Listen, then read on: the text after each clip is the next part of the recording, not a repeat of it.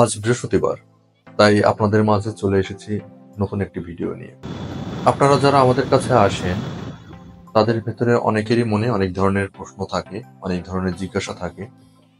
যে প্রশ্নগুলোর উত্তর নিয়ে আমার এই ভিডিওগুলো সাজানো। পাশাপাশি আপনাদের যদি কোনো প্রশ্ন থাকে সেটাও আমাদের ভিডিওর কমেন্ট বক্সে কমেন্ট করতে পারেন। আমরা চেষ্টা করব আপনাদের প্রশ্নের উত্তর দেওয়ার। তো আজকে যে বিষয়টা নিয়ে কথা বলবো হচ্ছে যে ডেন্টাল এক্স-রে। আমাদের কাছে বিভিন্ন ধরনের পেশেন্ট আসে। কোনো পেশেন্ট আসেন যার এক্স-রে সম্পর্কে কোনো ধারণাই নাই।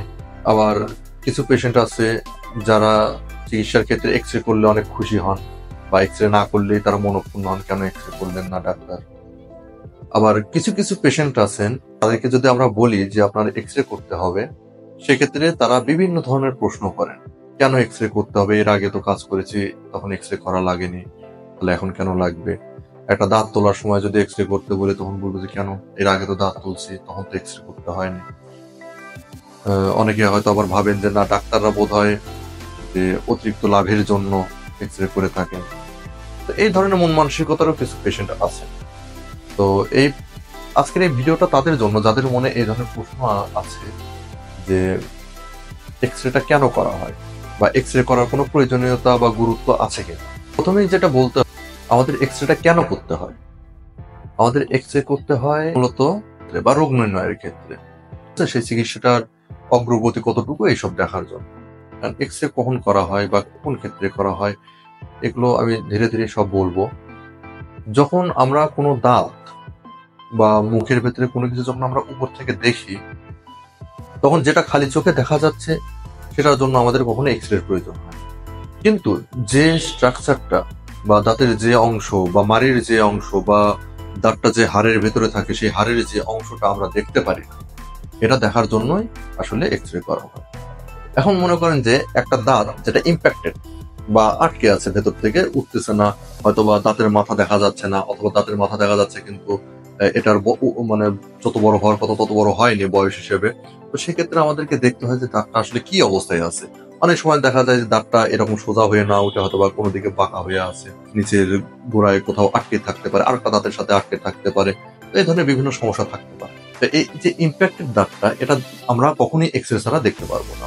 আবার যদি বলি একটা ইনফেক্টেড দাঁত, এটার যে নিচে যদি কোনো সিস্ট বা টিউমার এগুলো যদি হয়, এগুলো আমরা উপর থেকে বুঝতে পারবো না। আমরা শুধু উপর থেকে বুঝতে পারি যে হয়তো বা ফোলা আছে। তো এই ফোলাটা কি বা কেন হয়েছে, এটা বোঝার জন্য আমাদেরকে এক্স-রে করতে হয়। কারণ আমরা যখন একটা এক্স-রে করবো, তখনই আমরা বুঝতে পারবো যে নিচে কি আছে, সিস্ট আছে, টিউমার আছে, না কোনো অ্যাবসেস আছে, না অন্য কোনো কিছু আছে, সেটা সবকিছু আমরা বুঝতে পারবো। এবং যদি কোনো সিস্ট বা টিউমার বা কোনো কিছু থেকেও থাকে, সেটা কতটা, তার সাইজটা কত বড়, বা ওভারঅল যে তার যে সম্পর্কে একটা ধারণা, এটা আমরা এক্স-রে করলে তখনই শুধুমাত্র বুঝতে পারবো। এই জন্যই আমাদেরকে এক্স-রেটা করতে হয়। আপনারা হয়তো বা আমাদের কাছে এসেছেন, মাড়িটা ফুলে গেছে, এখন দেখলাম যে একটা দাঁতে হয়তোবা গর্ত আছে, সেই দাঁতের গোড়া থেকেই ফোলার সৃষ্টি হয়েছে। তো সেই ফোলার কারণে ভেতরে কি অবস্থায় আছে, বা এই যে দাঁতের গর্ত দিয়ে যে জীবাণুটা ভেতরে গেছে, সে নিচে গিয়ে কি করেছে, বা এখানে কি অবস্থায় আছে, এটা দেখার জন্য আমাদের এক্স-রে প্রয়োজন হয়। তোলার জন্য আসেন আমাদের কাছে, দাঁত তোলার ক্ষেত্রে আমাদেরকে এক্স-রে করতে হয়, কারণ দাঁতের গোড়াটা কেমন আছে। বিশেষ করে আমরা যখন থার্ড মোলার বা যেটাকে আক্কেল দাঁত বলে, আক্কেল দাঁতটা তোলার সময় আমাদেরকে এক্স-রেটা করাটা অতীব জরুরি। কারণ আক্কেল দাঁতের কোন দাঁতের রুট বা গোড়া কেমন থাকবে, এটা আসলে বলা মুশকিল। এটার জন্য আমাদেরকে এক্স-রে করতে হয়।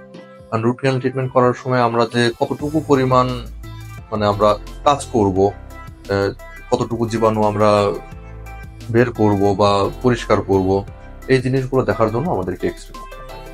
আবার হয়তোবা আমরা একটা কোনো অপারেশন করেছি, বা একটা রুট ক্যানাল ট্রিটমেন্টের কথাও যদি ধরা যায়, যে দাঁতের গোড়া খোলা ছিল, সেখান থেকে আমরা রুট ক্যানাল ট্রিটমেন্ট শুরু করেছি, সেক্ষেত্রে আমাদের চিকিৎসার অগ্রগতি কেমন হচ্ছে, এটা দেখার জন্য আমাদের মাঝে মাঝে এক্স-রে করা লাগতে পারে। হয়তোবা একটা 1 মাস পরে বা 2 মাস পরে, 6 মাস পরে, এরকম আমাদের এক্স-রে করা লাগতে পারে, যে আমাদের যে দাঁতের গোড়ার যে হাড় ক্ষয় হয়ে গেছিল, সেই তারটা বা সেই হাড়টা মানে কতটুকু ঠিক হচ্ছে, এটা দেখার জন্য। আপনাদের মেইন যে প্রশ্ন, আশা করি আপনারা উত্তর পেয়ে গেছেন।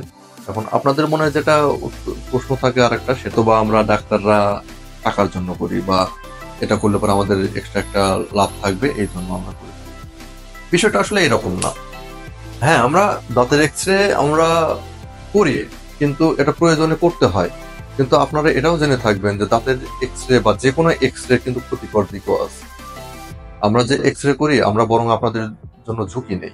দাঁতের এক্স রে জন্য কতটা ক্ষতিকর বা এর উপকারী দিক কি, এটা নিয়ে অবশ্যই আমি আলোচনা করবো, বা ক্ষতি থাকলেও কতটা ক্ষতি আছে এটা নিয়ে আমি পরবর্তীতে আলোচনা করব।